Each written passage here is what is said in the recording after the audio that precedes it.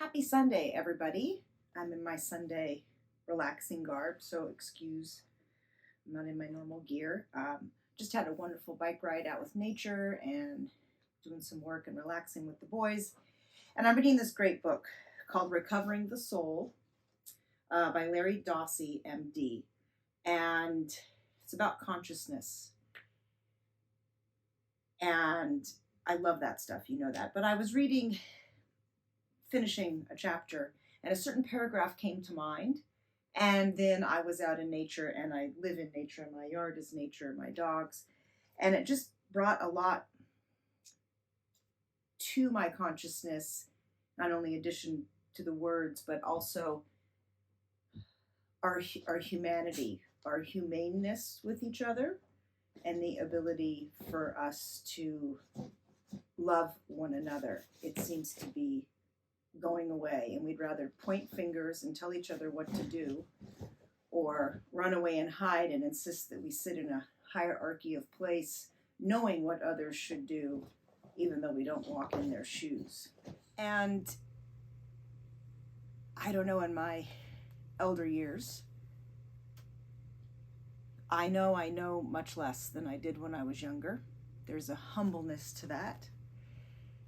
And I know I don't necessarily know what anybody else needs or what they should do, and that my viewpoint is so righteous.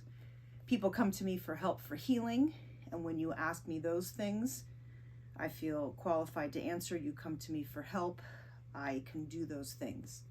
But or assist and try to find ways to make people's lives better by talking to them, right? When I work on someone's body, I'm integrating with them to find out what they're feeling in them. As much as an empath as I am, I'm still not in your body. You are the agency and the sovereignty of your body. You know how you feel better than anybody else in the world, the planet, the universe.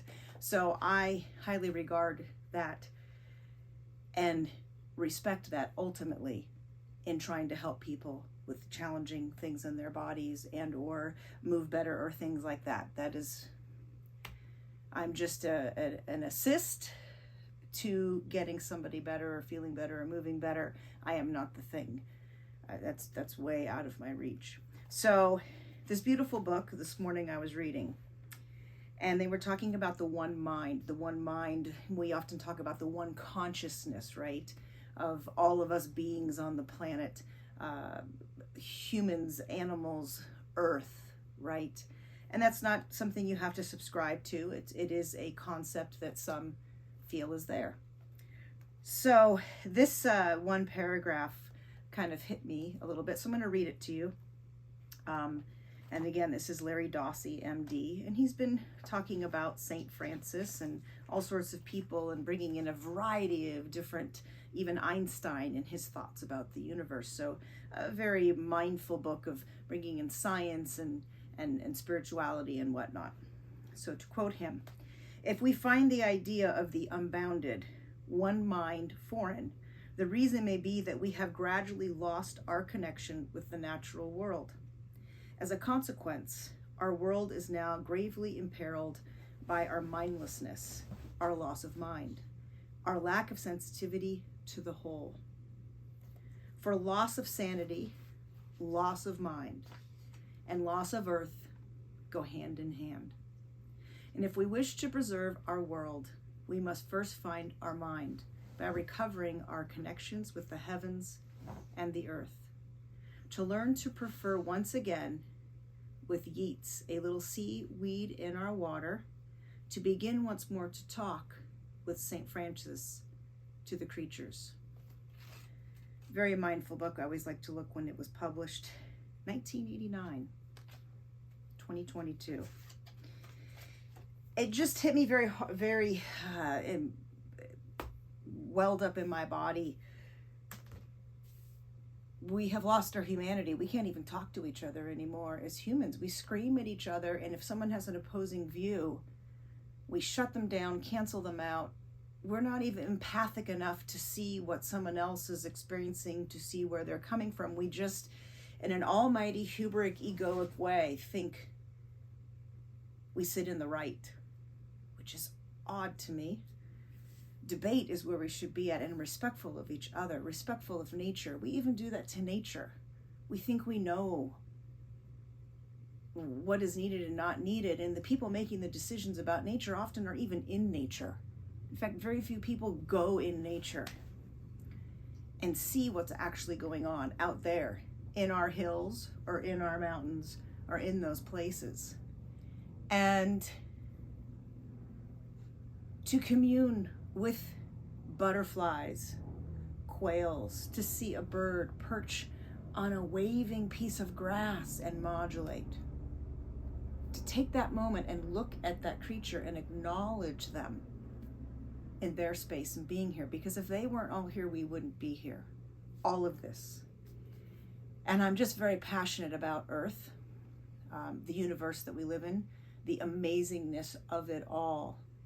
And we need to open our minds up a bit, our hearts up a bit, our souls up a bit.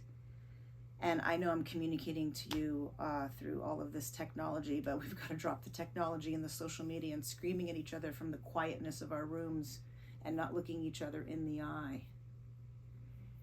And taking a moment to perhaps empathetically step out of your paradigm of how your life has been, and perhaps for a moment look at somebody else's paradigm and try to be in their shoes. We never can be. We never can be in each other's bodies. I can never be in my clients' bodies. I'm very empathic, but that is yours. This is mine. And again, going to that inner knowing, not to point and tell, but the inner knowing for yourself, so you know where you're standing. From that place, then we can embrace other things that may be slightly different than us, and wholeheartedly embrace them, not to just check it off a virtuous list that you are this because you did that. That's not soulful unconscious at all. That's just ego. And I know this is a grave message, but I just, I felt like I had to say it. And this paragraph came to me hugely this morning while reading it, that we need to get back to understanding the one-mindedness of everything that is here. Everything. And make the world a beautiful place in that way by respecting everything and each other wholeheartedly, and even those with differing ideas or opinions. This brings to mind this one-mindedness story, the Jane Goodall documentary that was a couple of years ago. I watched it, so I may not have all the facts of the story right in their perfect detail, but I do know the generality of the situation. I believe it was an oil company, I won't even say the name because I don't want to defame anybody or do anything wrong, was of course using land to develop and pull oil up. And there was a bunch of activists protesting this, of course, for good, the earth and things like that. And what Jane did is she went to that oil company to talk to them. And then the activists started screaming at Jane, "You can't talk to them. They're the enemy. They're the bad ones. What are you doing? How evil are you?" But Jane, and I don't know her personally. I would love to meet her in person and talk to her, but I think she showed in that instance a one-mindedness, a consciousness of opening up by talking to the so-called enemy. Right? That everybody's screaming. They're just screaming, the oil's, it's bad, it's bad, it's bad. And whatever view you have on that is your view, and you're allowed to have it. But she went and talked to them, and guess what she got them to do? It was at the time when she was getting, through our U.S. government, the laws passed to stop all of the research done on chimpanzees and the awful care that those animals were in. She needed a place to put them because they couldn't go in the wild. And not only did she get, of course, our U.S. government to pass laws to not do those works on animals, because again, she talked to the, quote, enemy. She got the oil company to pay wholeheartedly and fully for the most beautiful sanctuary for those animals to go to.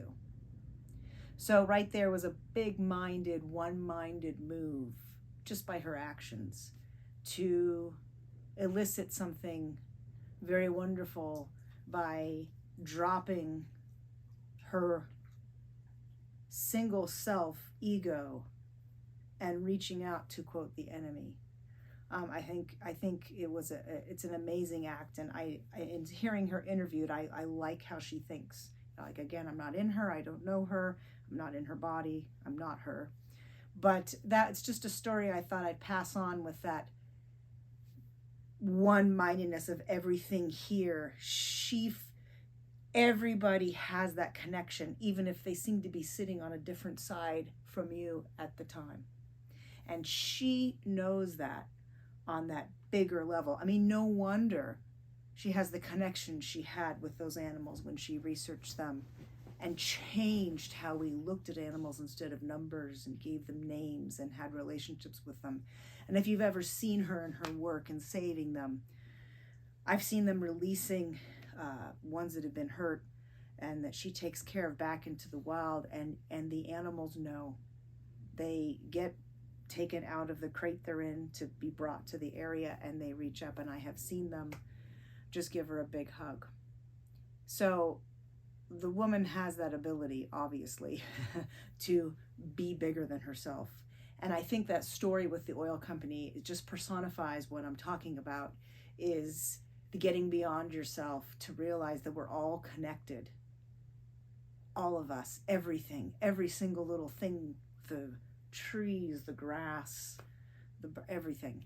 And I just think it's a beautiful story and a beautiful thing to share. So take that with you. I mean, I think that's an amazing thing, and what a beautiful sign of a expanded consciousness. I'm not saying she's perfect. Again, it's just an act that we can look at and use as a reminder of maybe being for more one-mindedness, one earthness, one universeness as we go about our walk on the planet. So I just felt it was necessary to say it, and how appropriate a book written in 1989, again, like Joseph's words, coming forward into 2022 with very pertinent things. So try to open your mind, try to take mindful moments in your day to maybe expand out of what you think you know and how you think things should be for anything around you that you're not it. There is perfection in all, even in the things that seem not good. And if we think of the world as a loving place, as a free-willed, creative space, I think it'll change and shift. It just needs a one-mind change to bring about something, I think, of a higher consciousness and a better state for us to coexist with each other in, and to help our planet. Even the people who want to help her are screaming at her.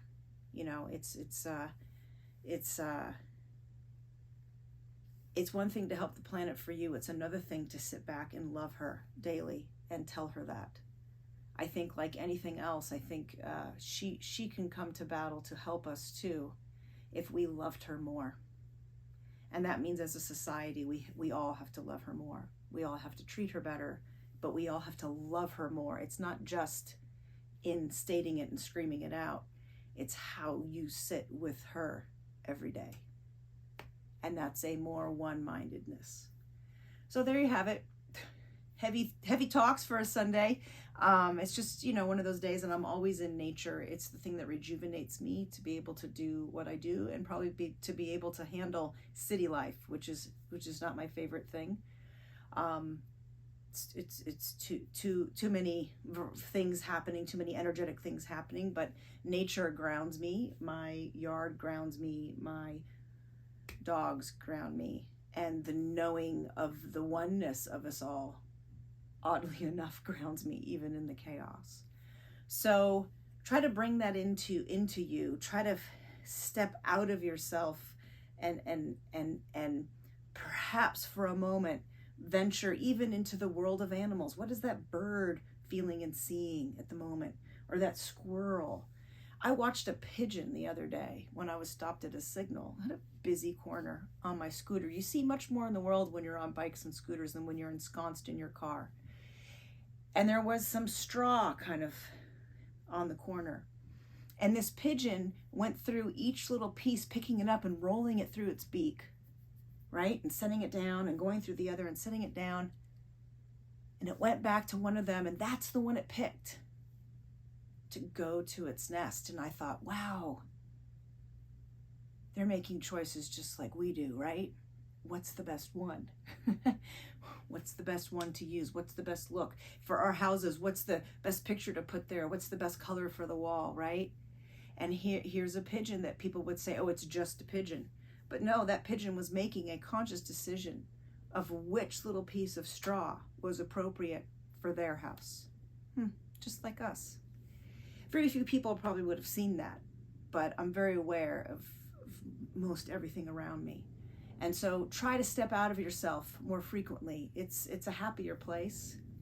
And even when you see people or creatures or things, have a moment and try to experience what they're experiencing. I think it'll be a fun ride and a fun place to go to in your soul and in your spirit. I wish you all well, always thriving in all ways, shapes, or form with your spirit, your soul, your body, your mind, just to be in a happy, whole-filled place. This is a very special place that we are on, and it is wonderful to be in this journey. So I just thought I'd pass that on, rambling me, and things that I read and do, how I spend my free time, is reading stuff like that. So enjoy it. Talk to the creatures, put seaweed in your water, right? Step out of yourself for a moment or two periodically during the day. I think you may find it does beautiful things for you.